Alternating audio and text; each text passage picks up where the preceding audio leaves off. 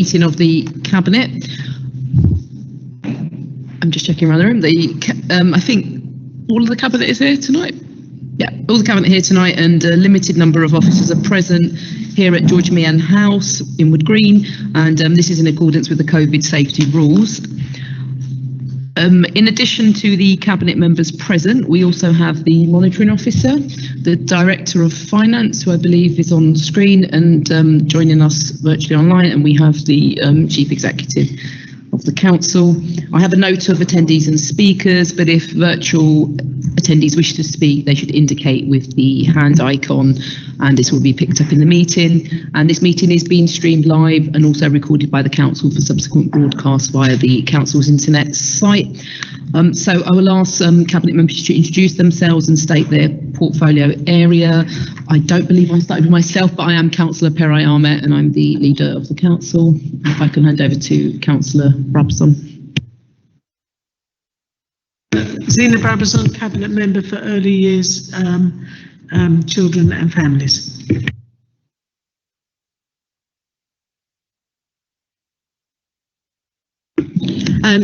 Councillor Ruth Gordon, Cabinet Member for House Building, Placemaking and Development.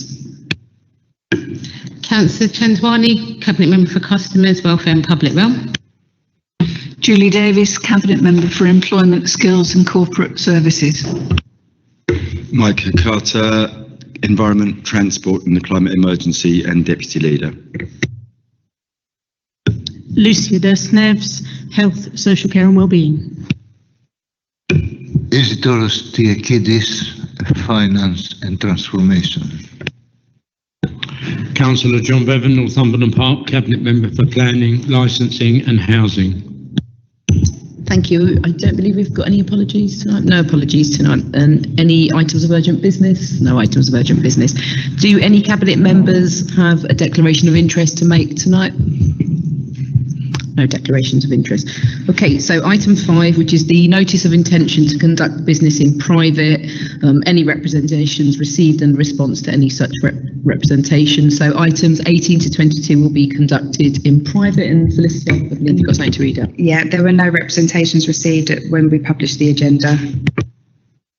Thank you, Felicity. Minutes. So can we confirm the minutes of the meeting held on the 14th of September 2021 as a correct record? Agreed. Item 7, which is the matters referred to Cabinet by the Overview and Scrutiny Committee, none were received. So if we can move on to item 8, which is deputations, petitions and questions. So we do have 2 deputations for consideration at this meeting, and the first deputation is put forward by Catherine Kenyon and Quintin Given. So we just wait for them to come into the room.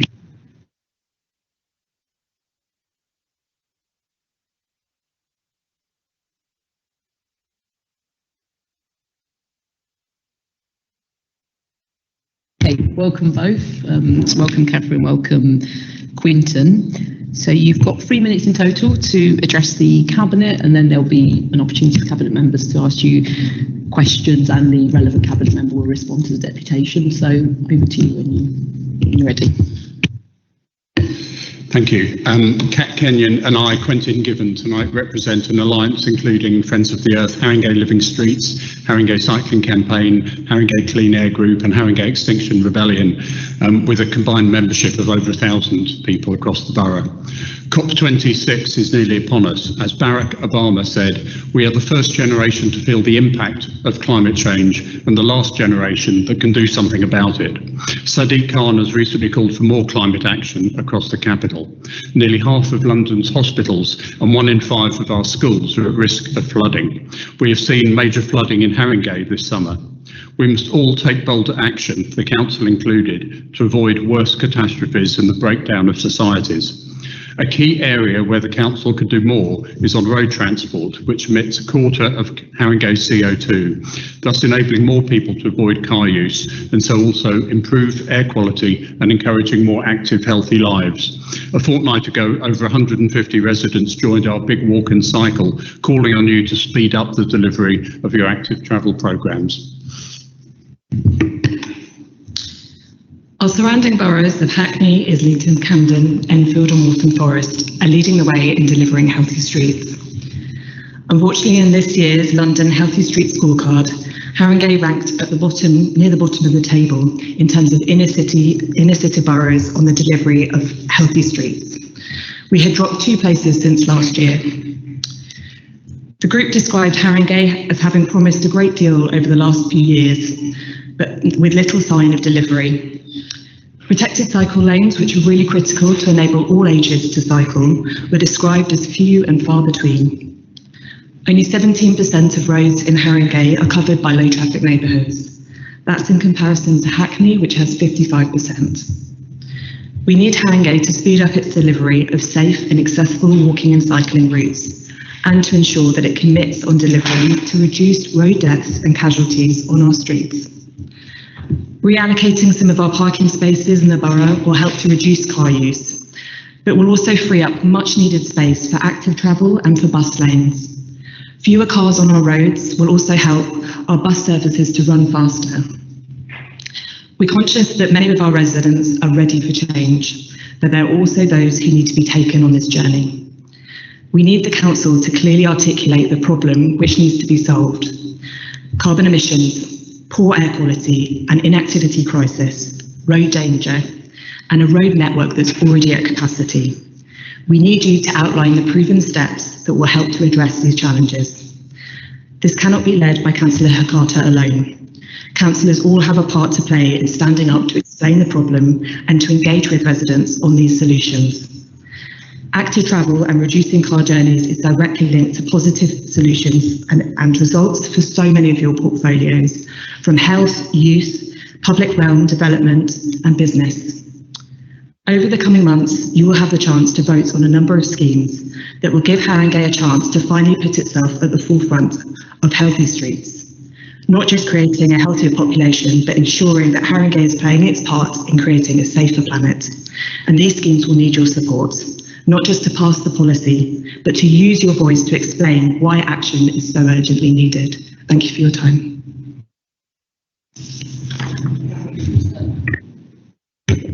Thank you. Quinton's used to it, you see. So thank you both for coming along today. So I'm going to open it up to Cabinet members for questions before Mike gives his response.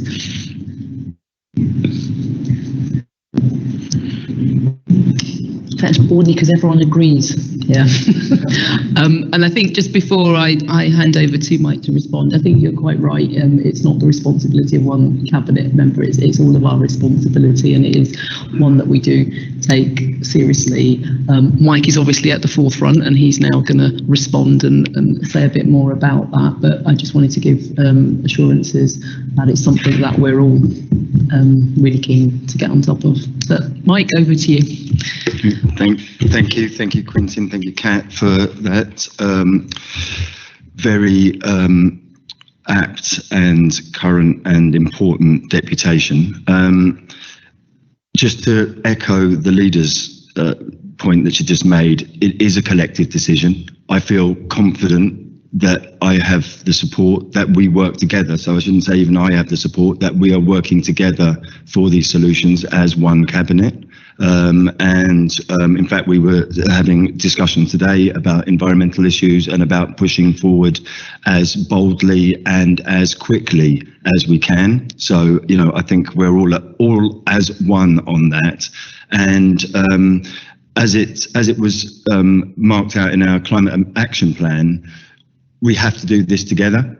This is a collective endeavour, and we have to work with you as residents, but at the same time make sure that we're responding to the demand for bold action, but also taking that bold action. So absolutely, we need to, as key to this, I think there are three main core elements in terms of transport. One is the low traffic neighbourhood schemes, another is the school streets, and the other would be the protected cycle lanes. And our ambition is that at the moment, we have three low traffic neighbourhoods that have just finished their formal consultations. They'll be going into the next phase of engagement. And if those three are deployed in the next 12 months, which is our ambition, And again, the reason for that is to fulfil our aims to reduce pollution, to increase road safety, and increase activity, as well as reduce emissions and all of those things. So that's a very clear and very important ambition that we have. And if we implement those over the next 12 months, that'll be 15% of the borough covered by low traffic neighbourhoods. Now, from what that's 15% additionally to where we already have. So, for instance, there are areas like the Gardens which already have low traffic neighbourhoods. So we'd be having an additional 15%. And our ambition will be to increase that amount of coverage on a year-on-year basis. So if you look at it from that point of view, our ambition is really quite massive, and we'd be looking at equaling, within 2 or 3 years, equaling the best in the capital. So, that's where we want to be, and that's where we're aiming to be. In terms of protected cycle lanes, we're discussing how we can translate the 30-odd protected cycle lanes already listed in the draft Walking and Cycling Action Plan into a strategic roadmap, if you like, of how, so that which will be published, which will be available for everyone to understand how we're going to go from which cycle lanes are going to be going in where and at what time, and based on a strategic grid, so that it's very easy to understand how we're building it. And with school streets, just as an example of our ambition, finally, we have in the borough at present 17 school streets. That's in a 12-month period. We've increased them by 16. We have 9 school streets planned for the next few months, so that will bring us up to 27 school streets by spring next year. And we are discussing and looking at how we can bring forward further school streets in our plan. So remember, in our Walking and Cycling Action Plan, the school streets programme was actually to have 15 school streets over 3 years. Over 5 years, I think. Yeah, so 3 a year. So we have brought that forward massively, and we intend to increase that massively. So all in all, we want to push that ambition. We want to increase walking, cycling, creating safe corridors, crisscrossing the borough completely. And we're really, the support that we get from residents obviously helps inspire us and push us forward. So we really appreciate that. And hopefully, within the next 12 months, you will have seen the outcomes of that ambition. Thanks. Thanks, Mike. Just to echo what Mike says, none of this would be achievable without the support of people like yourselves who are involved in various organisations and just keep pushing the agenda, really. So thank you for taking the time out to come and address us tonight. Sure, I'll see you soon. Thank you. Bye-bye.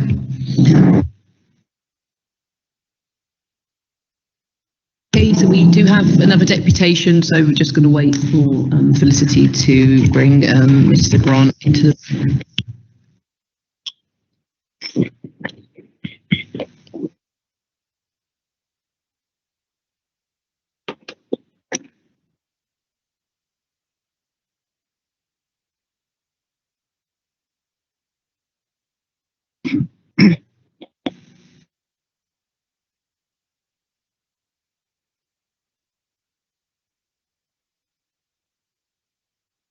So the second deputation is in relation to item 9, which is additional sites for consideration within the housing delivery programme. And I'd like to welcome Jack Grant. Jack, when you're ready, you've got 3 minutes, and then there'll be an opportunity for cabinet members to ask you questions, and then there'll be a response from the relevant cabinet member. So over to you.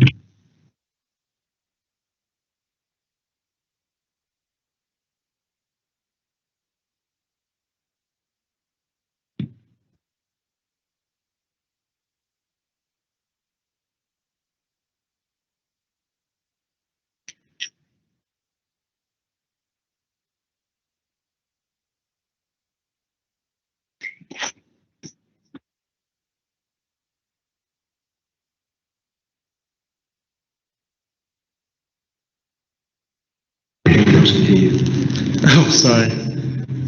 Shall I start again? Yeah. Of the 12 sites under discussion today, only one is in the west of the borough.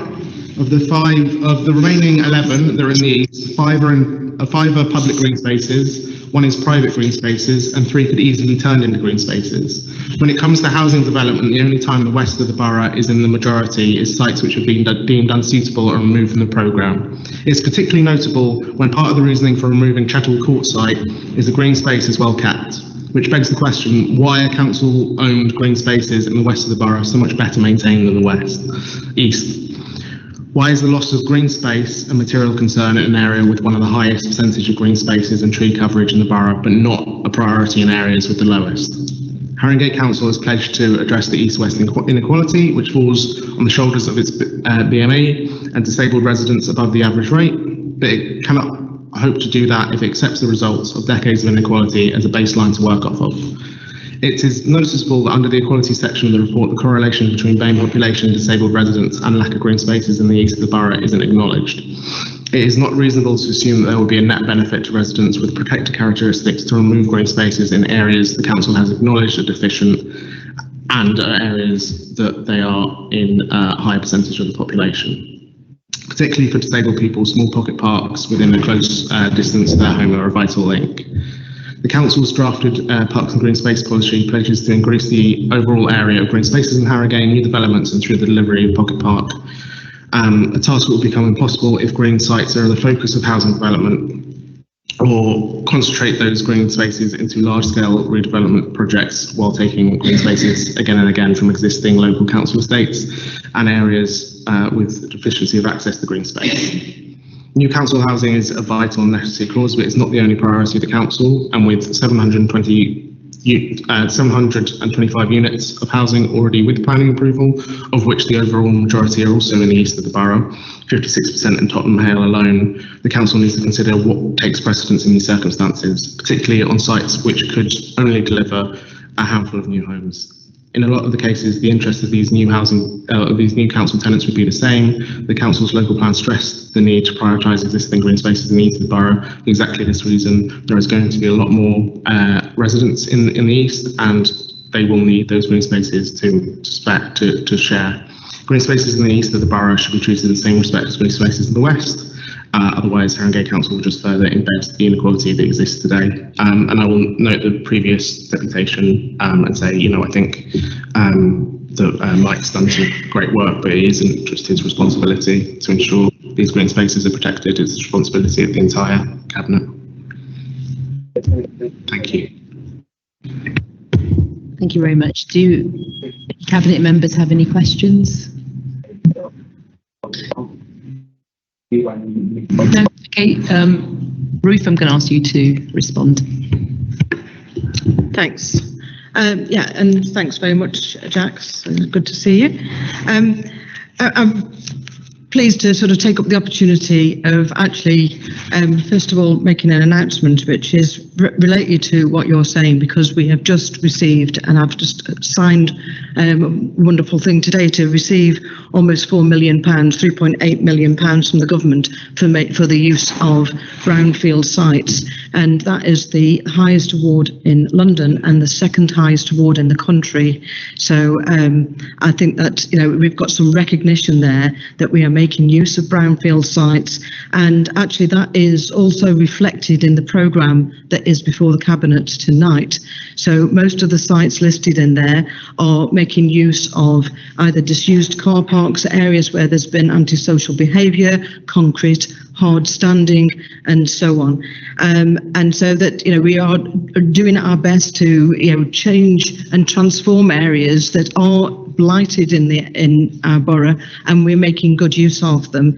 We're very proud of our house building programme, actually, and, it's the flagship policy for this council. After 40 years, we've now been able to build 25 homes, but we've got 403 that are going to be started on site by March, and we're hoping obviously that we will be having 1,000 homes through planning before March, and over the next 10 years we'll be building 3,000 homes. I know that every councillor sitting in this room has their caseload absolutely filled to the brim with people who are desperate for housing. It is almost the thing that makes your heart sink every time you open your inbox, because you know you are going to get somebody who is begging you to try and help them to get into a more decent accommodation because they are overcrowded. They are severely disabled. We have got 600 people in on our Band A. Band A means that those particular residents have got, severe medical emergencies, and we need to house them. And I think it's quite revolutionary, really, the programme that we are setting out. We're getting recognised by not only by the GLA, but also by the grants that we're getting to bring these houses bring them into our programme, so that we can actually just make even a small dent. You can see that even if we build, all 3,000, we are still not sufficiently meeting the needs of residents who are living in overcrowded conditions and in homes that are not suitable for their needs. So we've got a bespoke programme for people with disability. Very difficult for us to house them in the current market unless we build them ourselves. In terms of the disproportion over East and West, I'll just say this point, that in fact we have got, there's two to this latest edition, and it is only edition, it's a list of sites that we want to look at. That's all we're asking for in this cabinet. Some of them might not come off if we look at them and discover that they're not viable, for example, or that those spaces are being used, and then they might not make it through to the final programme. But all we're asking for in this decision is a decision to go ahead and take a look. But we have at least two of these sites are in the West, two are in Wood Green. And in terms of equalities, then in Band A, those residents that are in Band A, 57% of those people are from Black and Asian minority ethnic groups. So disproportionately, we will be, the programme itself is helping that element and that group in society in Haringey. And I would say that actually, it is a splendid programme. We are in every site. I am absolutely stunned by the quality of the build that we're putting forward, by the design quality, but also the improvements to the environment that we are putting through. Everywhere we will leave behind, after we've done the build, a better increased diversity, better insulation in the homes, cheaper homes where we can build to passive house standards. We are doing so. We will get to zero carbon on these. This is a rounded out package, and I'm very, very proud of it. So I don't accept all the points that you're making, Jack, but I do thank you for coming along, because we always need to be tested on whether we are meeting our green agenda as well as meeting our housing need agenda, and we are often having to balance out things, but overall I think we're doing extraordinarily well in terms of what we're able to achieve. So I'll leave it there, Leader. Thank you. Thank you, Councillor Gordon. Sorry, no, Jack, you did. Jack, sorry, there's not a back. Sorry. Oh, no worries.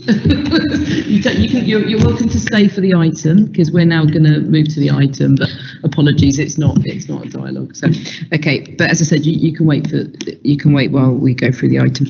Okay, so we're now moving on to item 9, which is the one that we just heard the deputation on, which is additional sites for consideration within the housing delivery programme. So, Ruth, if you want to introduce the report, please. Yeah, thanks. Well, I don't need to take too much time now, because I've obviously just raised a lot of the issues in response to the deputation. But just to say that most of these sites, it is just increasing the list of sites. There is just one change in the cabinet papers, because I think in one of the sections, paragraph 8, it says 13 sites. It's actually 12, but in the recommendations, the correct figure of 12 is there. So just a sort of slight correction there. But these sites represent some increase in the list for us to take a look and see whether that we can get viable options on them. Most of the sites are changing, as I said, brownfield areas, car parks, areas where there's been antisocial behaviour, where there's either hard standing or whether there's some unsightly areas that we can just about manage to put some new homes on. And like I say, there's a commitment there from the team to make sure that what we would leave behind, should these sites go ahead, and I would just stress that it isn't set in stone that we would go ahead, it would just asking for permission to look at these. But should they go ahead, we will be leaving behind some extraordinarily good, well-designed homes with huge improvements to the public realm for our neighbours that we'll be building on as well. So I'll just leave it there. Thank you, Leader. Thank you, Councillor Gordon. Do any Cabinet members have questions? Councillor Catter? It's probably just a comment, really, just to underline the fact that the report does say that this is in order that the feasibility and capacity for delivery of the new council homes be determined. So all of these on this list are essentially there just to be assessed at present. And obviously, as you've said in answer to the deputation, the biodiversity and the amenity element of that will be taken into consideration, and based on the sites that we've already developed will actually be increased and improved. Yeah, I don't need to add so much to that. That's correct. Any more questions? Councillor Davis? Could you be a bit more specific, Councillor Gordon, in exactly how will biodiversity and greening be carried out good sites go forward for development? Well, I could ask officers to come in on some of the very specific programmes, but what we've sort of, on every scheme that we've put forward now, we're actually going for either zero carbon on the homes itself, but the huge improvements to the public realm. So it's really important that we are trying to bring together wherever possible, where we're building on infill sites. We have to build on our own land, essentially, which is partly,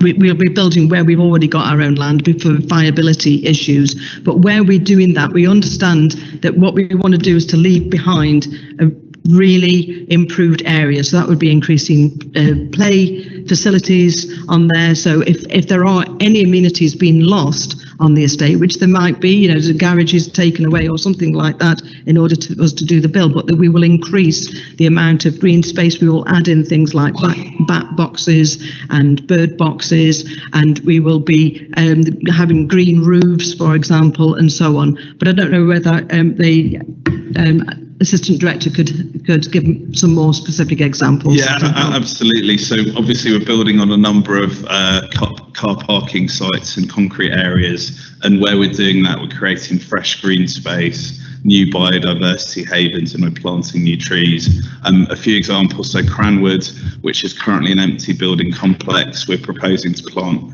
46 new trees and create a new courtyard with hundreds of square metres of fresh green space, including bird habitat boxes for birds and bats. Ashley Road Depot, which is currently an industrial park, will see new tree planting, fresh play spaces for children, and a new green access way, and around 50% of that development will be coming back as open green space.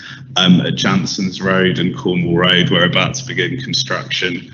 We're taking concrete areas and delivering new landscaping and trees where we don't currently have them, and that's just sort of written across our programme. What we're trying to do is, where we can, we're looking to give back green space, create new green space, and create a sort of more amenity space for our residents every time we go out and build.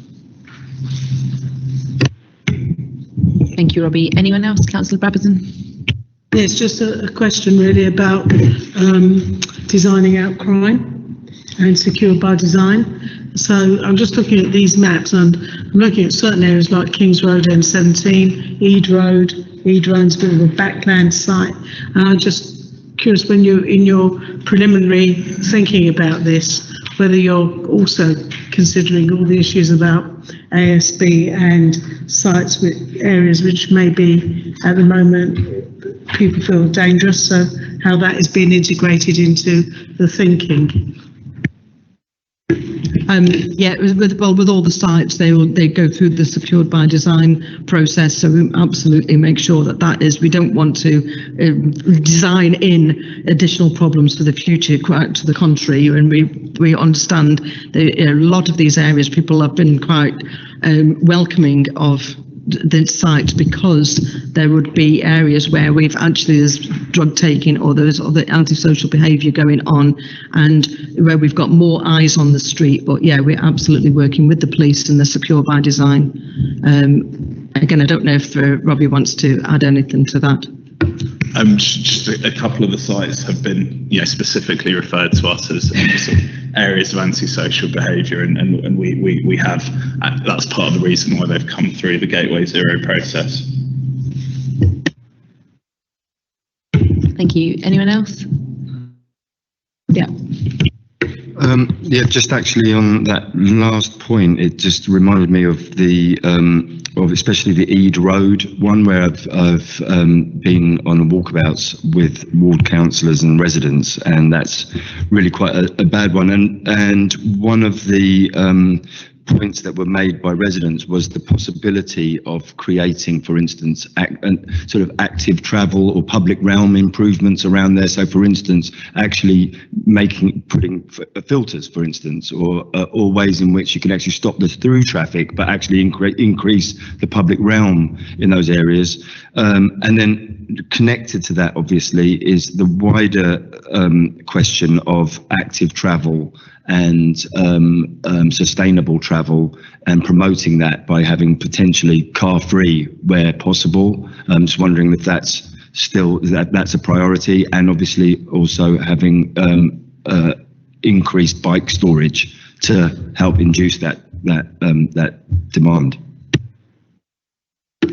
Yeah, well, on these particular sites, obviously I can't say at this stage what exactly would be on them, but always there is cycle storage as part of the design process, and making sure that's in with the part of the design, and they are car-free developments with the exception of cars for disabled use. And obviously we want to make sure that we've got disabled parking where we've got flats, and the part of our programme, a big part of our programme, is about providing accommodation that is wheelchair accessible and or adaptable, and a lot of that is done under the bespoke programme. So we have got people on the waiting to move, and we have already assessed their needs, working with occupational therapists, and that we then are sort of pretty much designing the homes they will be then moving into, which I think is, a hugely big asset as part of our programme. But all of those issues, all of those aspects,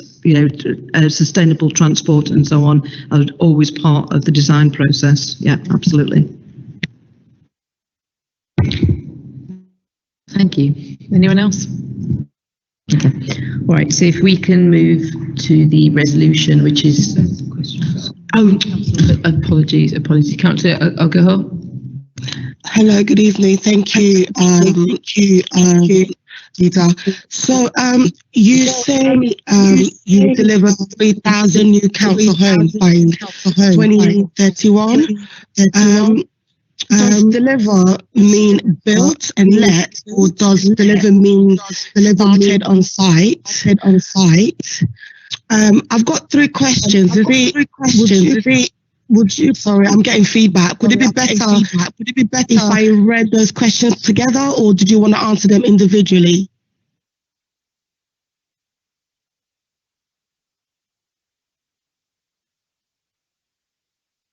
Oh, sorry, I can't hear. Oh, there's no sound.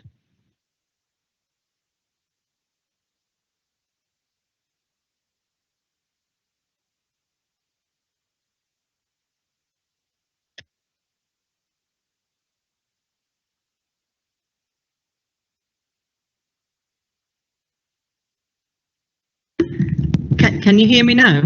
Yes, better. Thanks. Better. Thanks. Oh, lovely, thank you. Yeah, so we would actually that would be built, that number.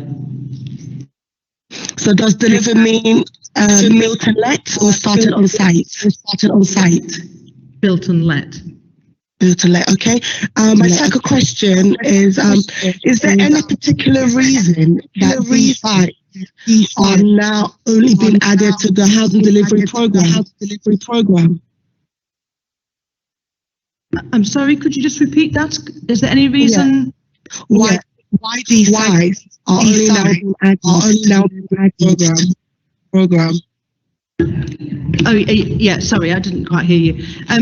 Well, we're always looking for sites, actually, that would be suitable to be added into our housing programme. So, and then we have to come to Cabinet in order to get an agreement to spend some small amount of money in order to investigate whether the sites are then viable. So, rather than just come with dribs and drabs of 1 and 2, then we've accumulated a list of these 12 sites. One of which, for example, was offered to us from a tenant who said they couldn't keep the land that they had at the back of their house themselves, and they wanted to know whether we could build on it. And we've said we'd like to look at that. Thank you very much. So that is one of the sites. So it's things like that. If you've got areas that you think would be suitable, that we could build on, then we'd definitely welcome more suggestions. Brilliant, thank you. And my final question on this item, how much has the council borrowed so far for its housing building program? What is the total interest payable? And when will we start seeing an impact of paying this back on borrowing on the council's annual finances? I'm going to have to ask officers to come in with the sort of technical, because I haven't got those figures to hand, or we might have to give you a written response for the figures, interest and so on. Obviously, there's also to be taken into account the savings that we make by making sure people are housed in our own homes rather than being in homes that aren't suitable for them and so on. So there are savings, but on the interest rate and the borrowing so far, I haven't got those figures to hand. I don't have the exact figures on the borrowing. John Warlow, sorry.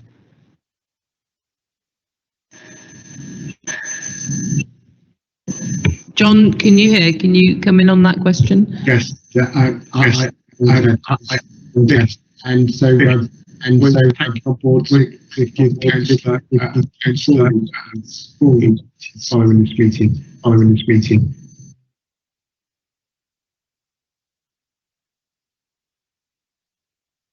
John, did you say you're gonna respond in writing? No. I did indeed, leader. I did indeed, leader. Yeah. Okay. Right. Did you catch that? So John has said he's going to respond in writing to you with more information. I think okay. Was that all of the? Was that all 3 questions?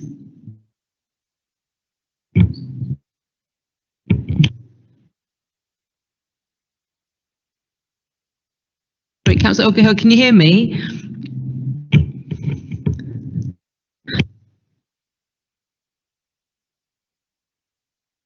All right, we're going to move on because I think that was 3 questions. So I can't see any other indications on the screen. Is there anyone else indicating? No. Okay, so if we can move to the. Sorry, I was struggling to unmute. Yes, I heard all of that. Thank you. All right, thank you.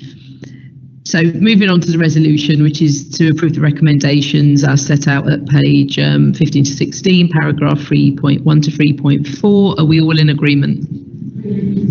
Thank you, that's approved. Okay, so if we can move on to item 10, which is the approval of the housing construction contract and land appropriation at Redlands Summerhill Road N15. And it's over to Councillor Gordon to introduce the report.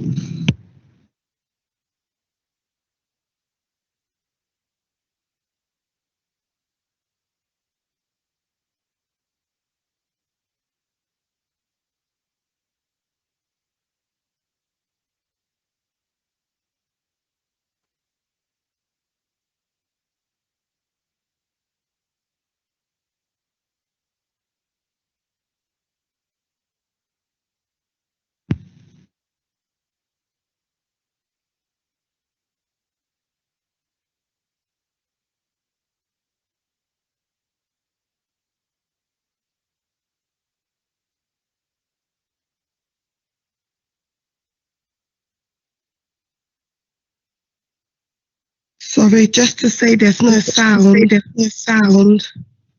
Apologies, we're just waiting. Someone's just left the room, and we're just waiting for someone to come into the room, and then Councillor Gordon's going to introduce the report. Oh, apologies. Sorry, I thought it already started. No, I'm here now. Yeah, so I'm really pleased to ask for the Cabinet's approval to recommend this proposal. We hope that on this site that we're going to be able to build 8 very high quality homes in a space that has been just a home for rundown garages and a concrete car park. It's been an area that has been notorious for antisocial behaviour. We will be leaving behind new communal gardens, cycling, Mike. We will have cycling as part of the scheme, and including some disabled parking. So I think it would be a very nice, small scheme, but yeah, very welcome. So I don't think I need to say much more than that at this stage, but I'm open to any questions. Thank you, Councillor Gordon. So does anyone have any questions on the public part of the report, because the decision will be taken after exempt item 18. So Councillor Chanwani first. Thank you. We're currently in the Highways team going to be writing a briefing paper to planning on this. It's really good that there's disabled parking facilities, but we had a block of flats that was built about 5 years ago that was specially for adapted families, and they did say that they had disabled parking facilities. They have got disabled parking facilities, it's just across the road in another block. It's not suitable, so I was wondering if we can ensure that it's not just about having a disabled parking space that is conducive to disabled people.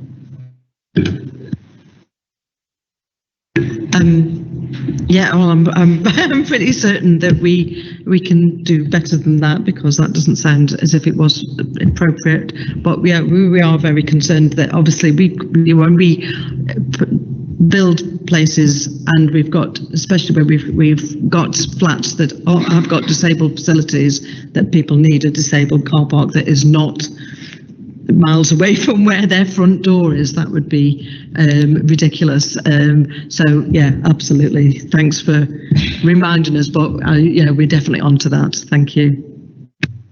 One could say it defeats the whole object, really. But so we'll start with Councillor Bevan and go that way. Okay, Councillor Bevan. Would you like to say a bit about the communal gardens and the trees and the environmental improvements that we're planning to make? Can I just hand over to Robbie, who's got like details of the scheme, and to get you all of that detail? Yeah, I mean, there's sort of a range of green space. There's a couple of nice sort of communal there's some private garden space for the Muse houses. There's some private space for the blocks of flats as well, and there's sort of some communal landscaped areas as well as secure cycle storage and all the other things you'd expect from one of our schemes. Thank you, Robbie. Councillor Diakides.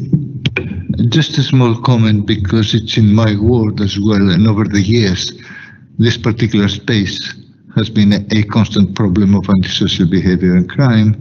For all our efforts we've done, working with the police, everything, it hasn't been resolved. So, in addition to gaining 8 much needed council houses there, I hope this will sort out that problem for good. So I welcome the project. Thank you, Councillor Hagasa. Yes, so going back to that point about cycle parking, I can't see it in this, but is there a clear number of spaces that are going to be in it? Because obviously the number of properties, and also there didn't seem to be anything clear in terms of the ambitions for it in terms of eco standards.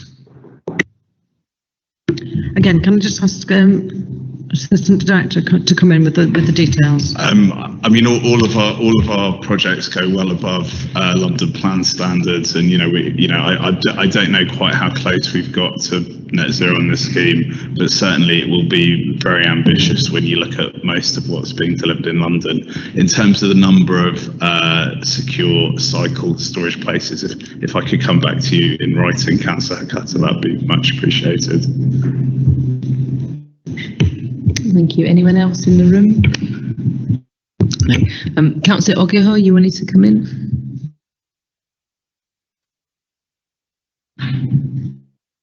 Yes, thank you very much. Just one question on this one. When are these homes expected to be completed?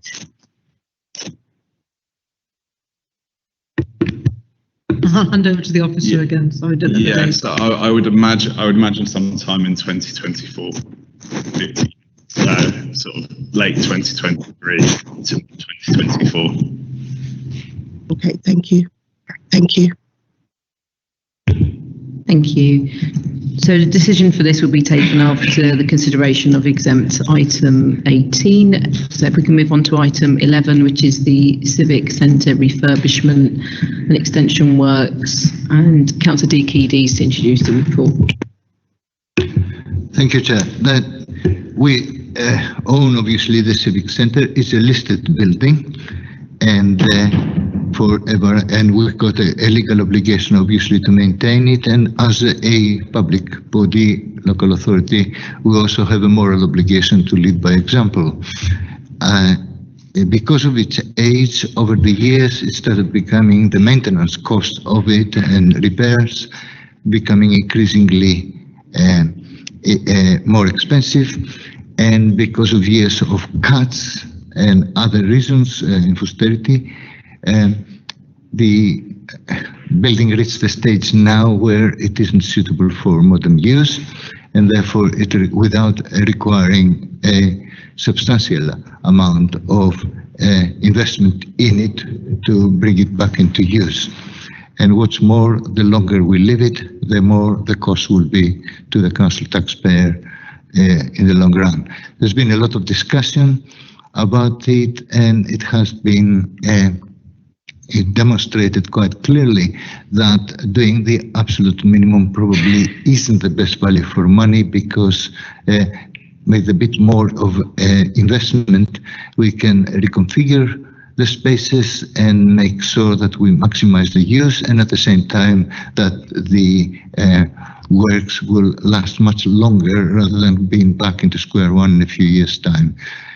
The report is recommending that we go ahead with that, and we appoint the appropriate design teams and project teams, and we have set up in parallel a consultative group as well of a cross-party of councillors and other interested parties to ensure that they're working with the designers to make sure that we get the best possible usage of all the space. During the discussions also, it became clear that there was another option. The original plan had an annex which never got built, and it was suggested that it would be a good idea to use the open spaces or the car parking spaces and other spaces available around it in order to build an annex like originally proposed, with absolutely modern facilities and all that. The provisional estimates indicate that would be good value for money, but they need still confirmation. So the report is recommending that we do consider that proposal as well at the same time, and the possibility of combining the two in one single contract if the figures stack up. And that is going to come back, is the idea, after the design team and the project team have done the detailed work and confirmed the figures for decision in January.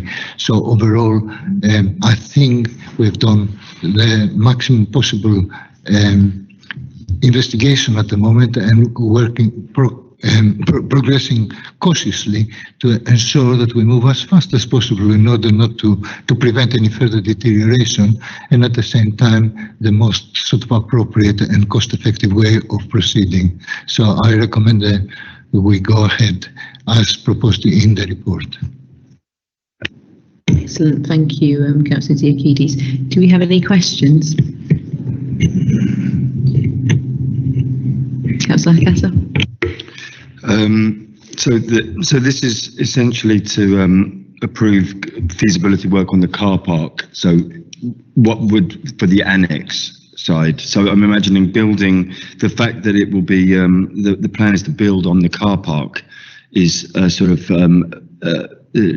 intent, really, right? That actually this is going to be a sustainable project in all aspects, yeah, that's really the question.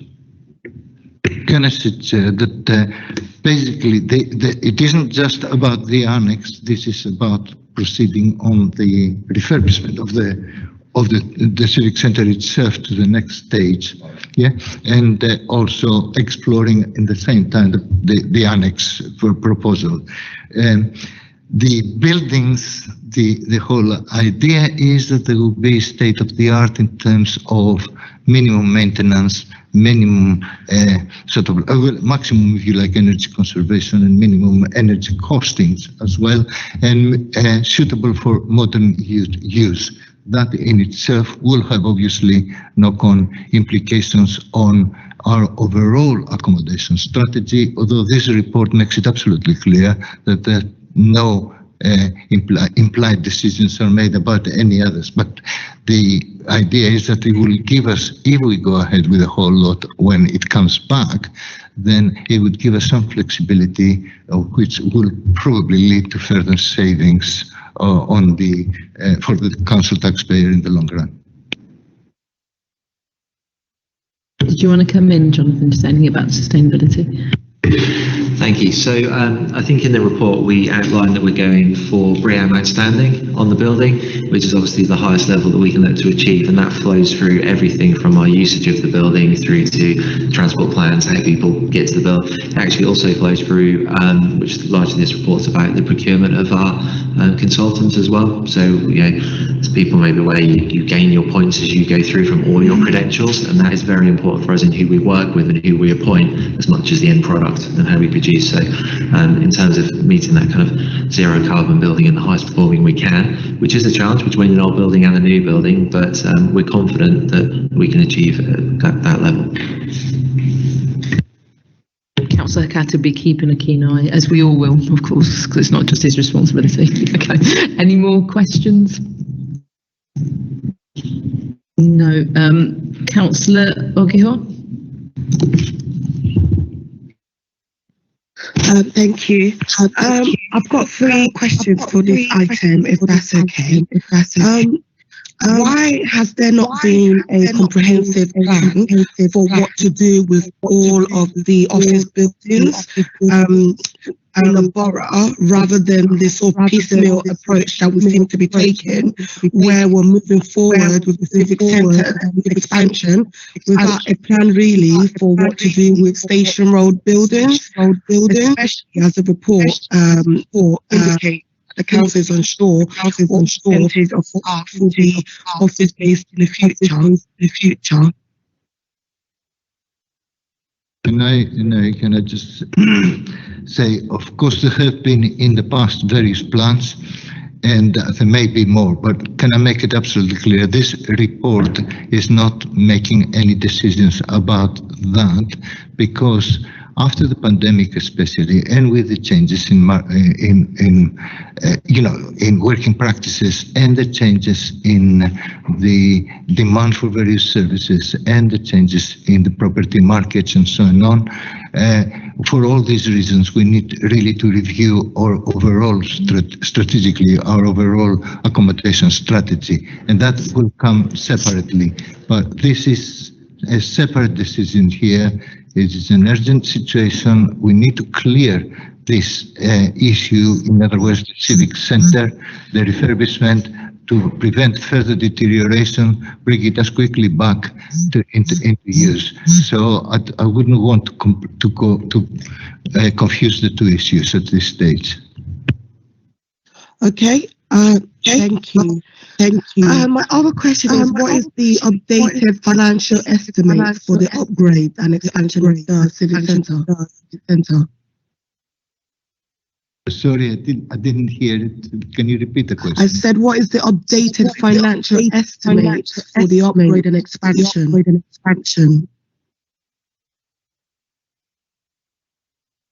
What if they are different than what they are proposed at the moment, or what they are assumed to be at the moment? That's the idea, because then a report with the final costings will come in January. I think it's in the January committee, and then the decision will be made accordingly. If, as it looks at the moment, it all stacks up and it's good value for money and it saves money to the council taxpayer, then we will go ahead with it. If it doesn't, then we'll have to look at what the options are available to us at the time. Okay. And I must apologize for the echoes. I've tried different things to suggest so it doesn't seem to be working. My final question on this item is paragraph 5.1 of the report mentions that the council no longer think housing delivery on the site is suitable, but that it is viable. So if you cancel the upgrade and use the site for housing, how many units will be possible following research that has been carried out so far? I think I want the officer who's been involved in all these the discussions and the feasibility studies to probably explain in detail the reasons. Suffice to say that it has been agreed at the moment that it's not for housing, but it is suitable for civic uses at this moment in time. But if it is all right, Chair, either David or Jonathan can give more details. Just, I think obviously the initial feasibility work has sort of concluded that trying to have housing and a major civic building and office coexist on the site wouldn't be the most efficient use of the site, because you'd have to think about servicing and access for both of those uses, which would mean we wouldn't make best use of the site. So that's the kind of overarching reason why we've not concluded at the moment that putting housing on the car park site would be the best way forward. And we also do question whether the residential amenity would be of the standard that we'd want to achieve, and we've heard about it in the wider programme. So that's how we've got to this decision at this point. But obviously we're just, as Councillor Diakides has said, heading towards the next stage of feasibility. But Jonathan, do you have the precise figures on that, so we can follow up? In terms of, we can follow up. In terms of, it was between 40 and 60 in terms of range that we were looking at on the site. But I think as David's mentioned, it was looking at within the existing building which is listed and what we can have in terms of functionality within that. The feasibility at the moment is recommending that with that annex option we get the greater flexibility in terms of future ways of working, and that's not necessarily conducive within the housing elements. Thank you. Is that all your questions, Councillor Ogahar? Yes, for this item. Yep. Thank you. So the decision for this will be taken after exempt item 19. So if we can move on to item 12, which is the award of housing related support contracts, mental health pathway, short-term supported accommodation and floated support, and Councillor Neves to introduce the report. Thank you, Chair. I'm recommending this proposal to you all, and it concerns the award of 6 contracts for housing related support for mental health pathway services. As you've stated, we know that we have a need for these services in the borough, and that we have a duty to provide support to people with their mental health and well-being. These services comprise a range across both some services that are 24 hours and more intensive, and then there are floating support aspects, and in particular we have services that are specifically tailored for particular groups, for example women, as highlighted on page 85. And these services will provide accommodation and support, help people build their confidence, their ability to live independently, and prevent them from becoming homeless. And I hope that we all feel that that's something that we can support, and that plays a really important role in our agenda in seeing people go forward and flourish in the borough when perhaps they haven't been able to before. And I think I'm going to leave that here, and I'm recommending this report to you all on that basis. Thank you. Any questions? Councillor Oghill. Thank you, Leader. I also have 3 questions for this item. For the areas where no bids were received, will there be gaps in service delivery whilst the tendering takes place? Could you repeat just the first part of the question? For the areas where no bids were received? Okay, I'm going to ask officer to come in here from this one. Good evening, it's Beverly Thompson here from Health. The question of the very clear, but clear. Whether there are gaps in services in the end of the start of the contract. And just to say that the existing contracts will continue to run until the start of new contract at the end of March next. Does that answer the question? Beverly, I think the specific question was where we didn't receive bids, and we're going back out in that aspect, if there'll be a gap in service for people. Okay, thanks for the clarification.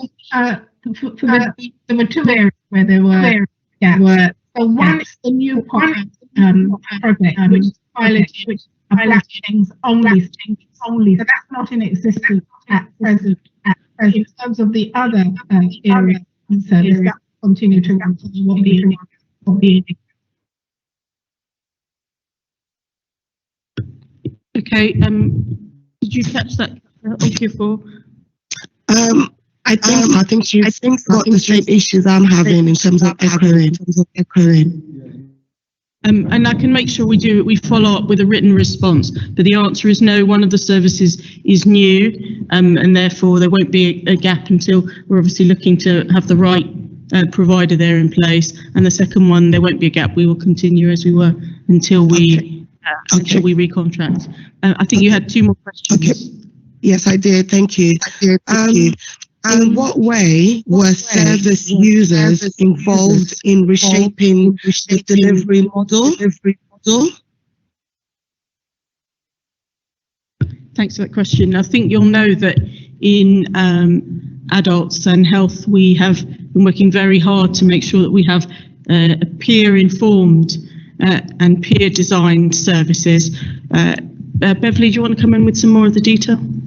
Yes, certainly. Very much part of our DNA, actually, in terms of the way we work with people who use services. So experts by experience have very much informed the retendering of these services. So, for example, some of the issues they highlighted was the importance of the housing first model. People will be familiar with this approach where we support someone not because of their identified needs, but in terms of making them having a stable accommodation. And then we look to see how we can wrap support around that. Based on feedback from peer experts, those numbers of provisions have been increased in the retender. And that's just one example. Okay, but there's been no sort of direct involvement with users of these services, maybe through an association or a network. Yes, there have. Sorry if I didn't make myself clear. And that's also contained in the narrative in the paper in terms of the consultation. There was 33% responses from people in floating support, and I believe a similar or slightly higher response from people in the sort of longer term accommodation services. So very much engaged with people who actually use the service at present. Thank you, Councillor Ogiehor. We very much have a model in which our services are developed with what we call experts by experience, people who have experienced services and have direct contact and direct life experience, lived experience of the situations that we're trying to provide support for. I think you had a third question? Yeah, thank you. In terms of the tendering process, have our service users also engaged during the process, or have you considered engaging them during the tendering process?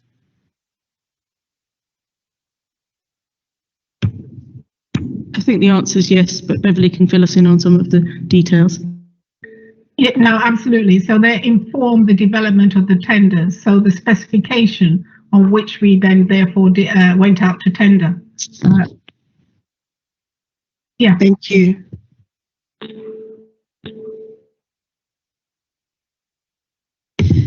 Thank you, Councillor Ogiehor. Thank you, Beverly. So the decision for this is going to be taken after the consideration of exempt item 20. So moving on to item 13, which is the variation to the Haringey higher level skills contract agreement with the GLA, and Councillor Davis is going to introduce the report. Thank you. I don't think I've got very much to add to the Cabinet Member report, the comments on page 90.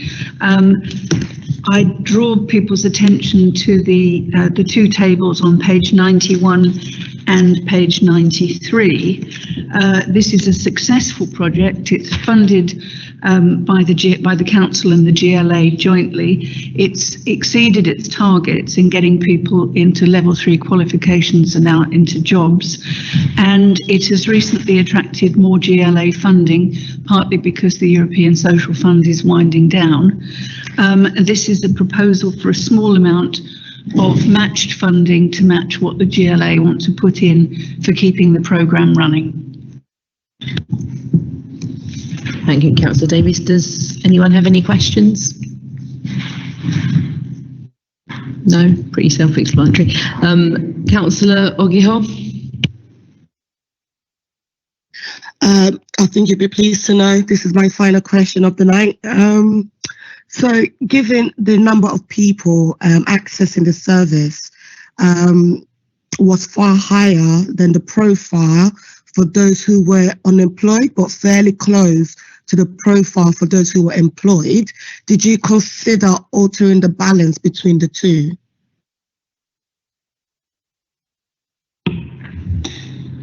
This, the establishment of this programme predates my time as the Cabinet Member. Is there an officer on the call who can answer the question? If not, I can get back to you in writing. I think Peter's on the call. Peter, did you hear the question? I did. Good evening, councillors, and thank you, councillor, for the question. Just very quickly speaking with a colleague, my understanding is that the focus was less in this particular instance on the sheer numbers. There are cheaper ways to just churn through and get like larger numbers. The focus here has been on in-work poverty in particular, and helping people who may already be employed into higher level jobs so that they can better sustain their families and improve their quality of life. So that has been a huge part of the particular focus in this instance. Thank you, Peter. Was that all your questions, Councillor Ogiehor? Yeah, that was it. Thank you all very much. Okay, Councillor Bevan wanted to ask a question. Well, just a comment, because NLPC are situated in my ward in the Neighbourhood Resource Centre. I think they've been there for about 25 years before I was a councillor. They're really committed to the area, committed to Tottenham. I know this is for all of Haringey wide, but I just want to say I'm really impressed with their commitment and the services that they deliver. So it's just a comment, really. Important to have that feedback. Okay, so if we can move to the resolution, which is to approve the recommendations as set out at page 90, paragraphs 3.1 to 3.2, but we all agreed Agreed. Agreed. Thank you. So moving on to item 14, which is the minutes of other bodies. Can Cabinet please note the minutes of the Cabinet member sign-ins? Noted. Noted. Item 15, which is significant and delegated actions. Can Cabinet please note the significant and delegated actions? Noted. Noted. Okay, there are no items of urgent business, so moving on to item 17, and we're now going to exclude the press and the public, as we will now be considering items 18 to 22, which contain exempt information in relation to item 6 and 10 to 12. So can I move that the press and public be excluded from the remainder of the meeting to consider this exempt information as defined under paragraphs 3 and 5, part 1, schedule 12A of the Local Government Act 1972. Do we all agree? Agree. Thank you. So I'm going to close the public section of the meeting, and we're just going to pause to stop the live stream before we continue with the private section.